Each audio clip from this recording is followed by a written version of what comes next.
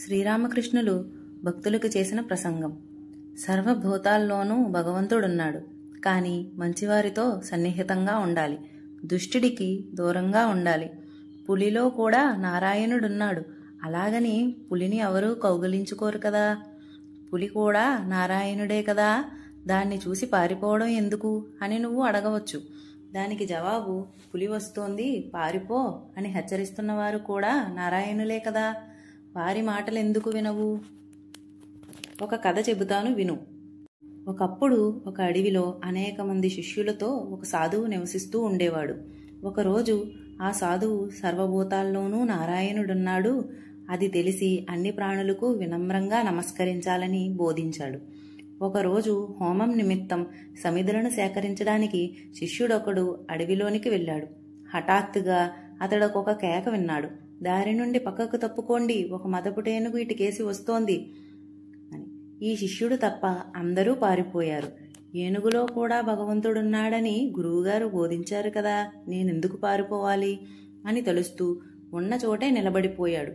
చేతులు జోడించి స్తవం స్తుతులు గానం చెయ్యసాగాడు. మావటివాడు తప్పుకో తప్పుకో అంటూ కేకలు పెడుతూనే ఉన్నాడు.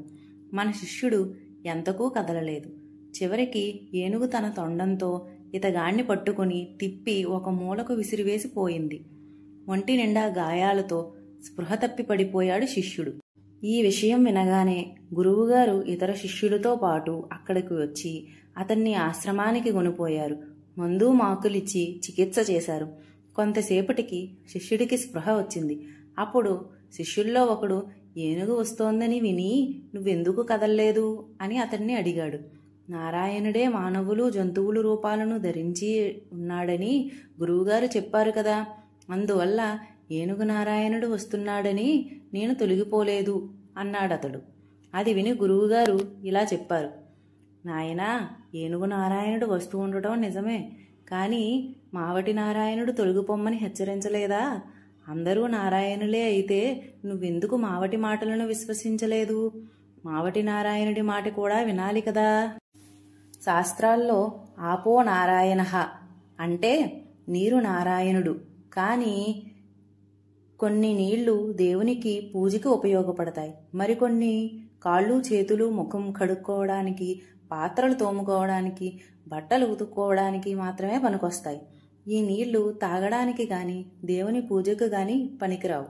అదే రీతిలో సజ్జనుడు, దుష్టుడు, భక్తుడు, నాస్తికుడు అందరి హృదయాల్లోనూ నారాయణుడున్నాడు.